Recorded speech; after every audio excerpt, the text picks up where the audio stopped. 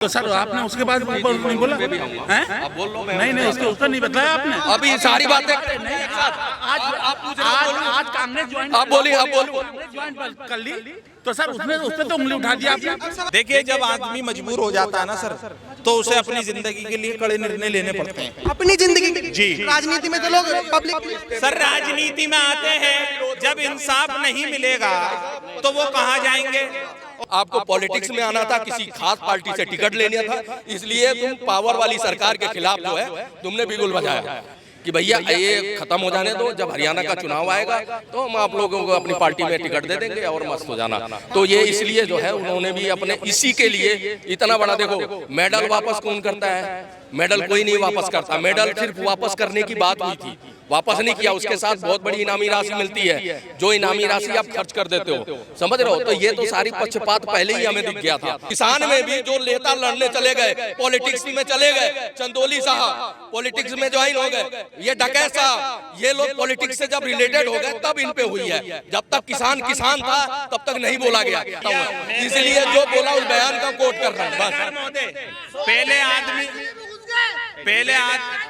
पहले आदमी बोले और फिर तोले, लेकिन यह उल्टा हो रहा है कि पहले तोलो फिर बोलो। नमस्कार, मैं आकाश कुमार और आप देख रहे हैं N24 न्यूज़। जिस तरीके से आपने देखा कि पहलवान आंदोलन एक बार सुर्खियों में बन चुका था, लेकिन इस वक्त सुर्खियों में दोबारा इसलिए बन चुका है कि जो विनेश फोगाट और बजरंग पुनिया हैं, उन्होंने कांग्रेस ज्वाइन कर ली है। जी हाँ, उन्होंने कांग्रेस ज्वाइन कर ली है आज ही 1:30 बजे। तो अब सवाल ये है कि जनता जो आज की डेट में जो ओलंपिक से जो मेडल जीतती है, जो एथलीट्स होते हैं, जो देश के लिए मेडल लाते हैं, अब उनके लिए क्या सोचती है? क्योंकि वो जो मेडल लाते थे वो देश के लिए लाते थे, अब जो मेडल लाएंगे वो शायद कांग्रेस के लिए ला सकते हैं, क्योंकि अब उन्होंने कांग्रेस ज्वाइन कर ली है। नमस्कार सर, नाम क्या होगा आपका? मैं AK चौबे। क्या लग रहा है ये जो आंदोलन था और जिस तरीके से आज कांग्रेस में ज्वाइन हो गए, क्या प्री प्लान था सब कुछ? प्री प्लान तो था ही। वो जब बैठे थे धरने पे तब भी बघेला मचाने वाले यही लोग थे, चाहे वो सही थे या गलत थे, वो तो पुलिस और जांच का विषय था, जो कि पूरा नहीं हुआ और ना होने दिया। उसके पहले भी बहुत बघेला मचाया गया। तो प्लानेट था कि भैया ये खत्म हो जाने दो, जब हरियाणा का चुनाव आएगा तो हम आप लोगों को अपनी पार्टी में टिकट दे देंगे और मस्त हो जाना। तो ये इसलिए जो है उन्होंने भी अपने इसी के लिए इतना बड़ा, देखो मेडल वापस कौन करता है?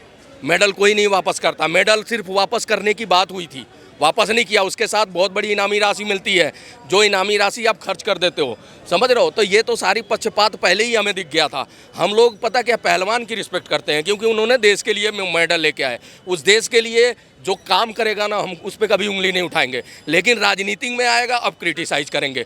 तो हर पहलवान के लिए सर जो खिलाड़ी ने जिस खिलाड़ी के साथ इज्जत पे उंगली डाली गई थी, जो बेइज्जती की थी यूपी के क्या नाम है सेंट्रल मंत्री ने, हाँ, तो सर आपने उसके बाद ऊपर नहीं बोला हैं? आप बोल लो। नहीं उसके उत्तर नहीं बताया आपने। अभी सारी बातें नहीं आप पूछ रहे हो। आज कांग्रेस ज्वाइन, आप बोलिए, आप बोलूं। कांग्रेस ज्वाइन कर ली तो सर उस पर तो उंगली उठा दिया आपने। अब सवाल का जवाब हाँ जी, हाँ जी। अब ये भाई साहब कह रहे हैं कि उन्होंने कांग्रेस ज्वाइन कर लिया इसलिए सवाल उठाया, अभी तक नहीं उठाया था। जैसे वो राजनीतिक हुए वैसे उन पे चीटाकशी शुरू हो गई। दूसरी चीज ये कह रहे हैं कि उनको घसीटा बृजभूषण को उन्होंने बर्खास्त कर दिया। उन्होंने चुनाव भी नहीं लड़ा, उनके ऊपर वो चल रही थी जांच, और वो जांच का विषय और कोर्ट का विषय था। वो बीजेपी तो नहीं उसको सजा देगी कि भैया उन पे बड़े केस चल रहे हैं। कितने केस चल रहे हैं बृजभूषण पे? एक सेकंड सर नहीं, गलत बात, ऐसे नहीं। ये क्या बात हुई? आपके मन मुताबिक बात करूं? आ जाओ, आप बता दो कितने केस चल रहे हैं बृजभूषण पे? कितने हैं? 150 200 केस लगे हुए हैं, आज भी वो बाहर है। उनकी जांच चल रही है ना। उन्होंने बीजेपी ने पनिशमेंट किया ना, उनको चुनाव नहीं, टिकट नहीं दिया, तो और क्या करेगी बीजेपी? उनको सजा दे? नहीं देगी। आपने अपने बंदों को सजा दिया, नहीं दोगे, कोई नहीं देता। पार्टी का काम है कि भैया चलो ठीक है, हमारी पार्टी से नहीं लड़ेगा, तो वो काम किया बीजेपी ने, वो ठीक किया, निराधारू किया। अब ये लोग लड़ रहे हैं, अब ये जाएंगे चुनाव में, किसके पक्ष में बोलेंगे? एक पार्टी के पक्ष में बोलेंगे। पहले देश के थे तो अब एक पार्टी के हो गए, एक पार्टी के हो गए ना। तो अब इसमें बुरा मानने वाली बात नहीं है, क्योंकि यही पब्लिक क्रिटिसाइज भी करेगी, यही लोग खड़े खड़े बोलेंगे। जो तुम बयान दोगे उस बयान का जो है अब जजमेंट आएगा। पहले तुम बोलते थे तो सद्भावना जुड़ी हुई थी, आपके साथ इमोशन था, क्योंकि आप देश के लिए खेले थे, और जब मेडल लेके आए थे तो जो आप वहाँ पे कर रहे थे उस उस टाइम भी हम आपके साथ थे, क्योंकि आपके साथ गलत लग रहा था तो बोल रहे थे, लेकिन अब नहीं लग रहा है। अब लग रहा है कि आप अपने लिए वहाँ पे बैठे थे, आपको पॉलिटिक्स में आना था, किसी खास पार्टी से टिकट लेना था, इसलिए तुम पावर वाली सरकार के खिलाफ जो है तुमने बिगुल बजाया। तो अब जो है वो दूध का दूध पानी का पानी हो गया। लेकिन हैट्रिक तो मारेगी, ये जो बाजी मारी है कांग्रेस ने, ये हरियाणा में हैट्रिक तो मारेगी, क्योंकि जो पहलवान आंदोलन था वो कहीं ना कहीं हरियाणा की आत्मा से जुड़ा हुआ था, चाहे वो किसान आंदोलन हो चाहे वो पहलवान आंदोलन हो। मैंने पहले ही बता दिया आपको कि हम भी उसी से जुड़े थे। आज तक मैंने कभी इतनी वीडियो मेरी भी होगी, मैंने पहलवान पे नहीं बोला, ना बोलना चाहता था, हट जाता था, क्योंकि पहलवान जो है देश के लिए था।